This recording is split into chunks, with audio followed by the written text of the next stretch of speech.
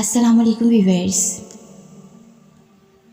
آزمائش تب شروع ہوتی ہے جب کوئی چیز جان سے زیادہ پیاری ہو جاتی ہے، جب اس چیز سے خود سے بھی زیادہ محبت ہو جاتی ہے۔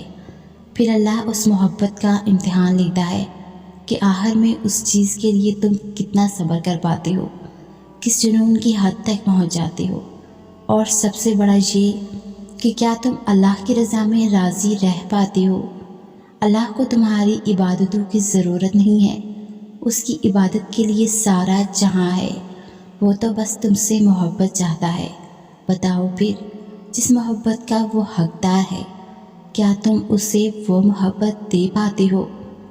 آزمائش تو مختصر سی ہوتی ہے، پھر وہ ہر چیز دگنی کر کے واپس کر دیتا ہے، مگر تم یہ بات سمجھنے میں بہت دیر لگا دیتے ہو، تبھی تو تم اکثر بے سکون رہتے ہو۔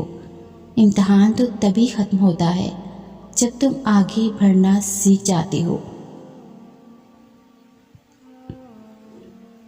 تو جب بھی دل بھر آئے، جب بھی کوئی پریشانی ہو، کسی سے کچھ مت کہو، چپکے سے اپنی پریشانیوں کو اٹھا کر اللہ کی بارگاہ میں حاضر ہو جاؤ، اور چھوٹے بچوں کی طرح رو رو کر اللہ کو اپنے دکھڑے سناؤ، اور پھر سجدے میں سر کو رکھ کر اللہ سے باتیں کرو۔